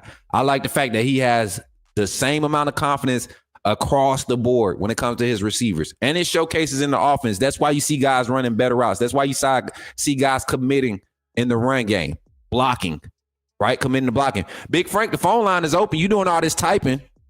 Don't get put in timeout with all this typing. Get on the phone line and talk. I want to hear you whine. About Ryan Williams. Chat, continue to run the likes up in the chat, man. We got 30 likes on the stream, 30 in the chat over there on Instagram. On YouTube. Appreciate y'all. What's up, Eddie? Good to see you in the chat, my boy. What's up, boy? Eddie Kane in the chat. I see you, cuz. Oh, good to see you, man. Hey, let me give you some applause over there. We got family tapping in. Antonio, what's good? The worst thing that happened to these fans was for Ryan Williams to come in and perform like he did. Facts, because they're blinded. Guys like Big Frank are blinded. David Pollack just be talking. I definitely did take him serious when he said Georgia's the new Kings to the face. I like David Pollack, man. He's like me, but for Georgia. He's like me. You can't do no wrong in Georgia. He literally said Gunnar Stockton and that Georgia offense look like they're coming along after a 28-3 victory over Austin Peay. I mean, hey, if that's how you see it, David, talk about the wide receiver core being explosive. We know the names, but we ain't talking about hypotheticals no more. You have film that you can go off of. You got 2 weeks of film that you can make your analysis off of, and that's what you're going with, man. Shout out to David Pollack, man. He a good dude, man. You work in a secure facility, but you got your phone out typing paragraphs.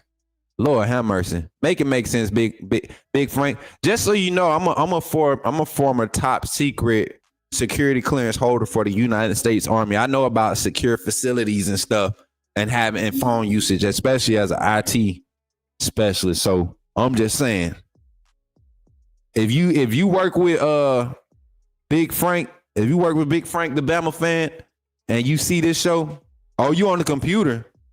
That means you got Google Voice. I know, man. Don't try me. You got Google Voice on the computer. Georgia going to F around and lose to Tennessee tomorrow. Off the beaten path. That's right. Hey, listen, I got some hot takes tomorrow. on the call-in show. As a matter of fact, no, tonight. Tonight I got some hot takes on the call-in show tonight. Georgia fans, you do not want to miss it. I want to hear all y'all pissy ass complaints. I want to hear Notre Dame. I got an upset surprise for Texas A&M Notre Dame. I'm gonna call it. I'm telling y'all. Who else, man? What's the other? LSU and Florida. Got LSU fans. I got an LSU fan in the comments, and we're gonna go ahead and get to that. Phone line still open. We're gonna go ahead and get to our closeout segment where we kind of get on our social media binge for the next 10 minutes. Let me get on this. Let me get to the channel analytics. Let me go to these comments over here, y'all. I got to show y'all this LSU guy tapping in on the channel. Just talking to be talking. Writing essays. I don't like essay writers, first of all, in the comments. When you come in the comments, it's supposed to be 2 to 3 sentences. Don't be writing no 12-page essays. And Big Frank, I like the fact that you unsubscribed from the channel, man. It's all good. We can have difference of opinion. You can be wrong. I could be wrong. It's okay. Let me see where the comments at.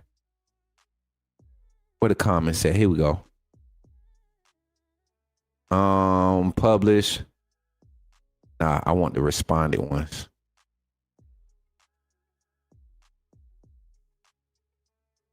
Okay, here we go. Here you go. This LSU fan says, the fact that you don't know that just nobody said anything about it. Hey, so we had this debate before too, y'all. I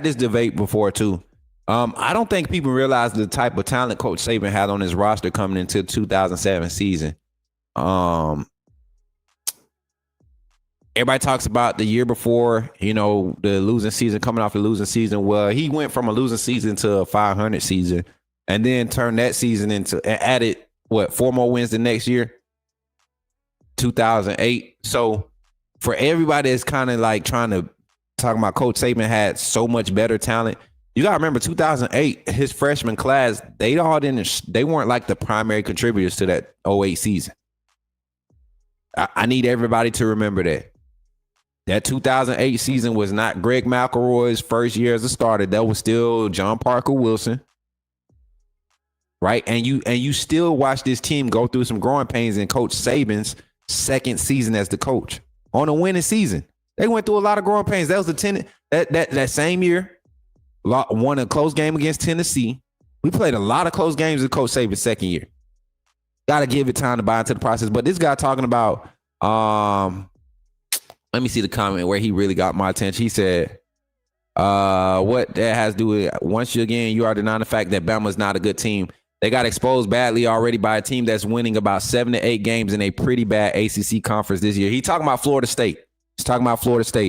And you comparing Coach Saban to DeBoer when they first get there. I will tell you this. If Coach Saban had to deal with Porter coming into his job at that time, he would have went 2-10. If he had to deal with the portal and in 2007, the amount of players that would have left Alabama before he got there, because a lot of people didn't think he was the guy for the job. A lot of people didn't. So I'm just saying. Big Frank, it did say you just unsubscribed. You probably hit the thing by accident, but Smook, he didn't unsubscribe. Hey, he did say he unsubscribed. I don't got no reason to lie. And wait, why you coming in late? What? I want Georgia to be undefeated when we play them. It ain't gonna happen, bro.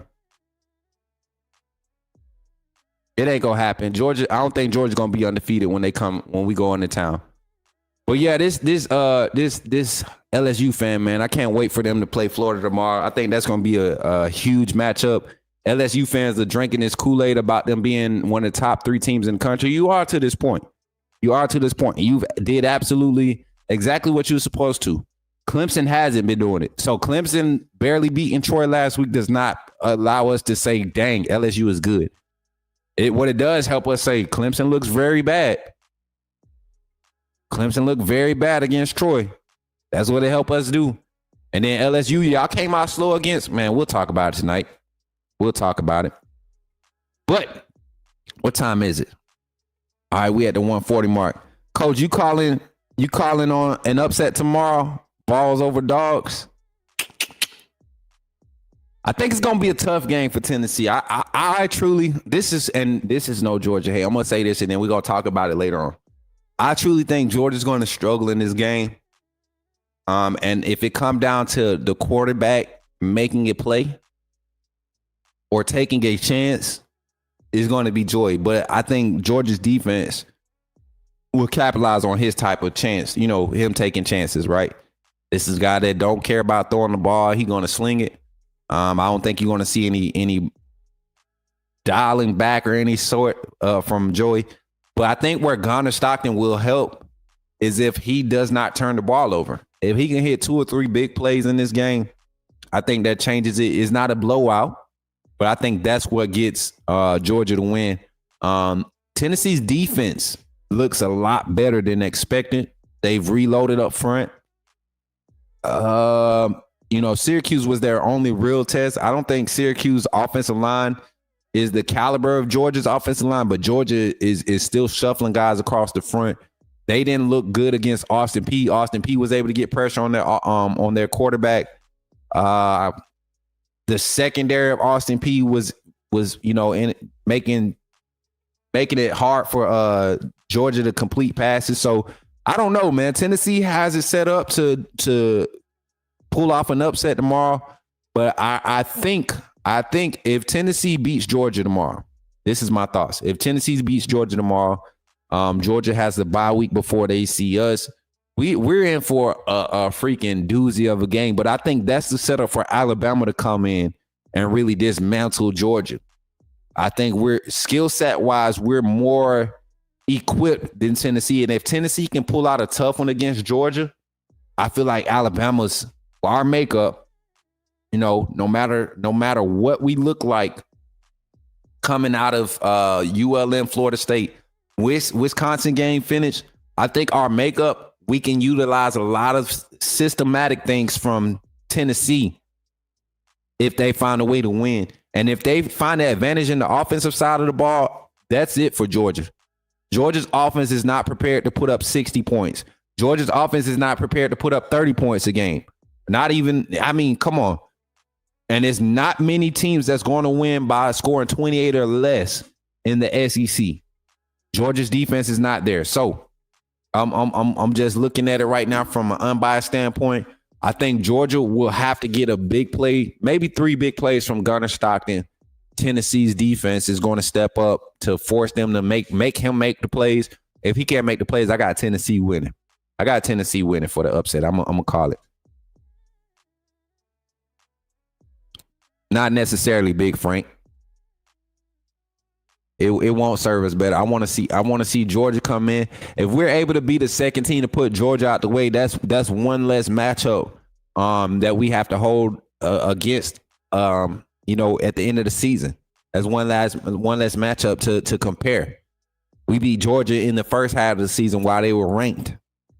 Tennessee did the same thing, and then we get to see Tennessee later on in the season at home. It's a perfect setup for us if Tennessee comes in with the Georgia win. It's a couple teams that have early matchups. If we see them later on, just like Auburn, we get to see Auburn after we play Oklahoma. Auburn gets to see Oklahoma this weekend. Oh, that's next week. I'm sorry, that's next week. Auburn gets to see Oklahoma next weekend. So if Oklahoma goes in and beats Auburn, we host Oklahoma before Auburn comes in to see us. That's a good setup for us. So I would love for Tennessee to go in and get that win. And then I believe that game is in Georgia. Is it in Athens? Let me see. I think it's in Athens. No, it's in Tennessee. Ooh, that's going to be tough. Ooh. And ESPN predictor has Tennessee winning it, 51%. Matchup predictor has Tennessee winning it.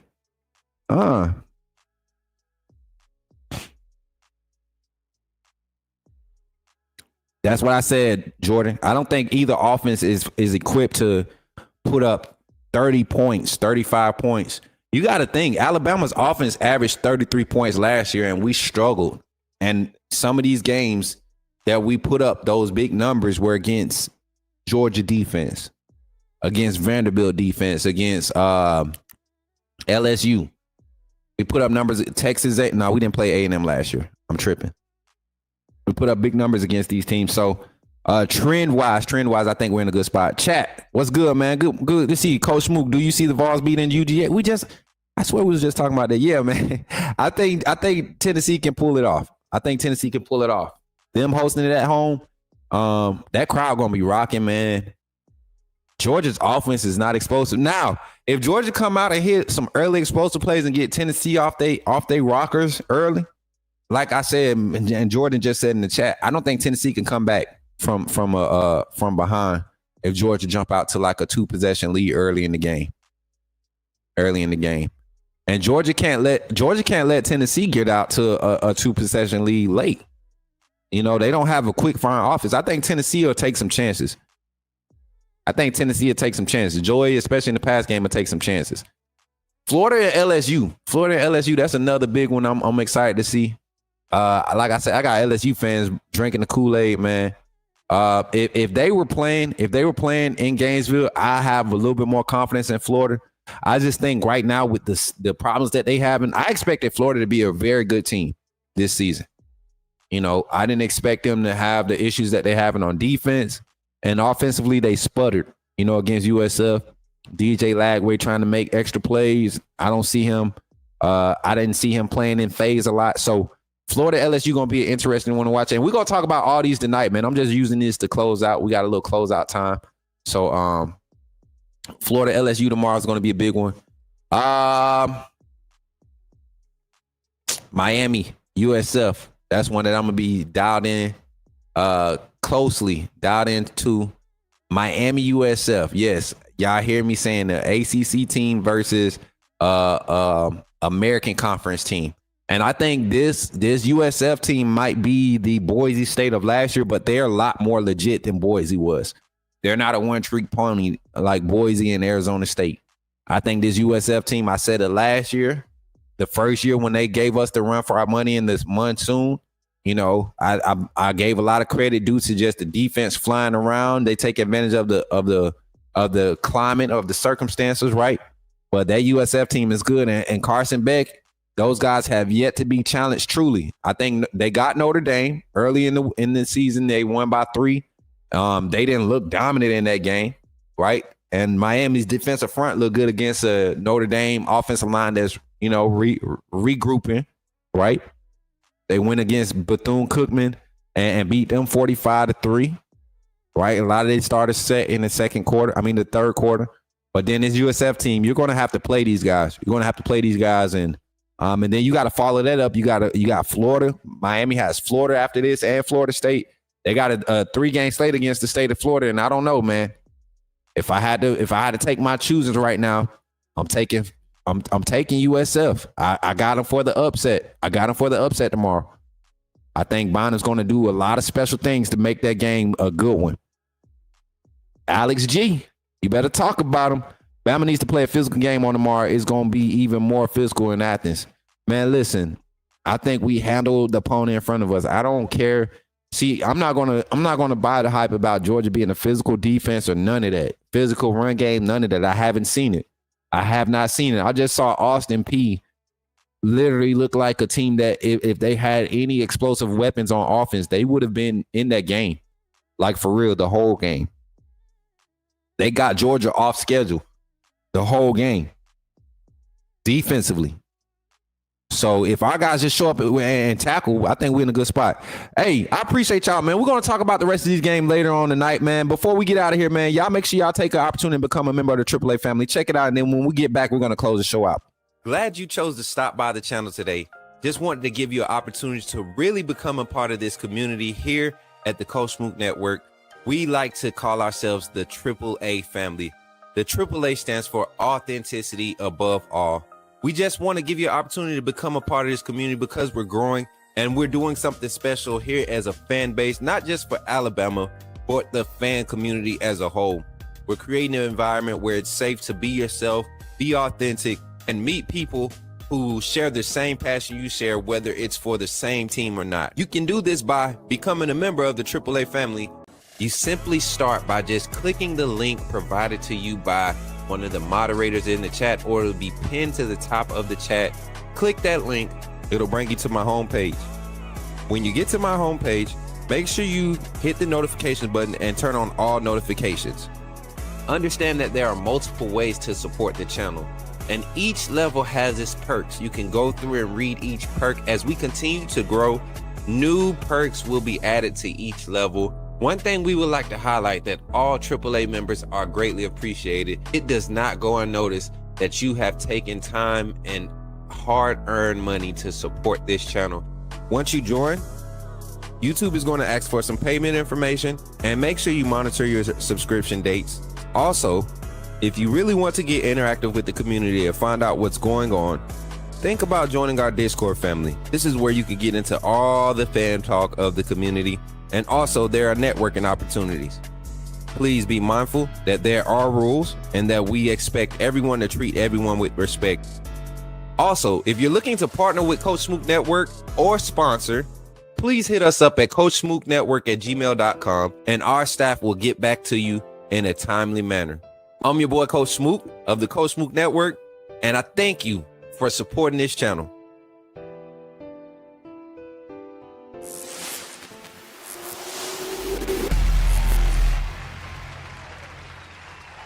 All right, y'all, let's get ready to close this thing out, man. I appreciate y'all for tapping in. My brother Big Bama popped in and said, hey, who that with my name? Who that with my name? Hey, I don't know, man. I thought it was like your burner page or something. I thought you came back in here with the second page or something, you know? That's what I thought, bro. I don't know. You're going to have to take that up with Big Bama. Y'all going to have to take that up with each other, man. What's up with that? Big Frank said, why do we always hype Georgia up like they are the boogeyman as Bama? I don't know, man. I don't know why they do that. I had us blowing Georgia out. My preseason predictions, what I was looking at coming from Georgia, I had us beat Georgia like 42-10 type stuff in Athens. You know, and then after week one, we kind of changed, we adjusted. But I think coming into Georgia this year, I really do think we got a chance to really punch them in the mouth and really put our foot on their neck and take them out. I think we'll break Georgia's season. We'll set it up for Auburn to finish them off. I hate the fact that we don't get to see that Auburn and Georgia game before they see us. I hate that we don't get to see that. I would love for Auburn to do it to them first, pause, and then we do it. But they got it. They get to host us, and then Kentucky, and then they get Auburn coming in the house. But yeah, I'm not a big could be a flashback to 2015. I'm thinking like 2008 type Georgia game. Shout out to the Triple A family, my brother Smook. What's up, Jason? What's up? Today, Friday, man. What you got going this morning? Y'all, appreciate y'all for tapping in once again. And as always, man, don't forget, check out the merch, y'all. Check out the merch. I need one of my mods to hit that merch link in the chat for me real quick. Make sure y'all get over there and get y'all orders in, man. We got the discount all the way through Georgia week. So you got another 2 weeks to get your orders in at a discounted rate. They all got their own separate shipping per product. Make sure y'all paying attention to those shipping, any details and things of that nature. Don't call me if something go wrong. I'm not the distributor. Okay. I just design it and I put it on this third party and they handle everything. We haven't had issues with it yet. We actually had one issue last season and that issue got resolved. You know, wasn't no issues. They actually rush ordered, no extra cost, all this other stuff. So you just got to pay attention. And when you're supporting, man, just be aware of what you're supporting. Understand that everything that you contribute to the Coach Smook Network is going back into the Coach Smook Network in ways to continue to build the brand, provide more coverage options, different entertainment outlets, and all of that stuff. So thank y'all for y'all supporting. Make sure y'all check out the merch. Where my mods at? I was looking for the link. Let me see. I got to do it. They sleep. They fell back asleep. Shout out to the 38 likes in the chat too, man. Appreciate y'all for the likes in the chat. We got 31 in the chat on YouTube. TikTok been running up the taps. I see you. For now, they known for LSU losing, unfortunately. Brick over there going crazy. Yeah. I thought he unsubscribed, man, Tony. I thought he got mad at me. I was about to say, hey. I thought he got mad because and we'll talk about it. I'll open the phone lines, man. Big Frank, I know you in Big Frank, I know you in what is it? What do you call it? He's in a high security facility, right? Can't have the phone out. Well, use that mode tonight, 8 p.m. We're going to be live. Ryan's still getting the targets. He just isn't capitalizing. Coverage and scheme doesn't excuse drops. Ooh, don't tell that truth. Don't tell that truth. I've been seeing Ryan double coverage since after Vanderbilt. I done seen Ryan being double coverage since after Vanderbilt, and he ain't been an impact player since then. Michigan ain't double cover that man. Oklahoma didn't double cover Ryan either. Jason, you my brother. You in here, chat? Jason, you in here? Did y'all double cover Ryan last season? Nah. Say that. Right tackle spot needs discussion. We already talked about right tackle. You didn't have much to say when we was talking about those guys not doing their job. You ain't have much to say. You ain't have much to say about them guys not doing their job. This is a Oklahoma Sooner coverage personality. He covers Oklahoma. He writes for them. Gets the scoop. They didn't cover. They didn't double cover. You know what I'm saying? Well, Big Frank, we definitely tell him. That's what all I'm saying. We got plenty of options there for Ryan not to have that pressure on him. I love the fact that he's option number 3. I love the fact he's option number 2. I don't want him number 1. We got a better chance to win when he's option number 3. I'm just saying. I like him at number 3 better than any number 3 cover guy in the country. All right, y'all. I ain't gonna get back into it. Y'all know I get in. I just like picking at this point because the facts are in the factuals and the stats and the proof is in the pudding. All right, I love it. They mad about that, but I appreciate y'all for tapping in. And again, once again, I'm your boy Coach Smook here on the Coach Smook Network. Tap in at 11. We got our live game simulation going off in an hour on TikTok. Make sure y'all tap in. We will be playing in Wisconsin. Giving y'all a realistic look at how this game should look. Trey dot them up. Make sure you tap in tonight, 8 p.m. Central Standard Time, man. We're going to be live talking about all the big matchups. And yo, Georgia Bulldogs are on upset alert here on the Coach Smook Network. Again, remember, I'm your boy, Coach Smook. And when you see me in the streets, holla at me and say, put me in the game, Coach Smook. I'll catch y'all on the next one. Y'all be blessed. Remember, when you see me in the streets, holla at me. Say, put me in the game, Coach Smook. Put me in the game, Coach Smook. Put me in the game, Coach Smook. Like, share, subscribe. You know we keep it live. Put me in the game, Coach Smook. Put me in the game, Coach Smook. Put me in the game, Coach Smook. Put me in the game, Coach Smook. Put me in the game, Coach Smook. Put me in the game, Coach Smook. Put me in the game, Coach Smook. Put me in the game, Coach Smook.